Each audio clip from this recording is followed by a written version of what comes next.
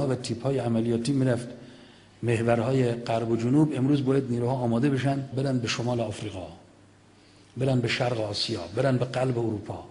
باید آماده عملیات‌های جهانی باشیم. ما که دیگه پیر شدیم، نسل بعدی باید طوری تربیت بشن، آماده باشن که از این به بعد تو 3-4 دهه آینده باید آماده باشیم برن به کمک برادران مسلمانشون در شمال آفریقا، در جنوب آفریقا، در شرق آسیا، در آسیای میانه، در قلب اروپا مسلمین رو آزاد کنن. دیگه بین المللی شد، تمام شد. انقلاب صادر شد. میگفتیم انقلاب صادر میشه، صادر شد، رفت. بچه‌های ما در 5 قاره عالم دیگه حضور دارن و دارن همه جا علیه استکبار میجنگن.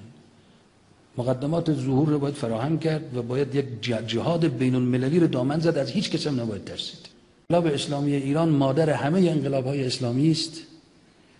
امام همون اول گفت ما انقلابمان را صادر میکنیم و ایران وطن دوم تمام مجان و غزه، اینا بقیه‌اش هم میکنیم. شوخی فکر میکنین ظرف 7 ماه 4 تا رژیم عربی سقوط میکنه؟ انشالله 3-4 تا دیگه هم در چند ماه آینده، چند سال آینده. آماده باید بشیم برای یک نبرد جهانی.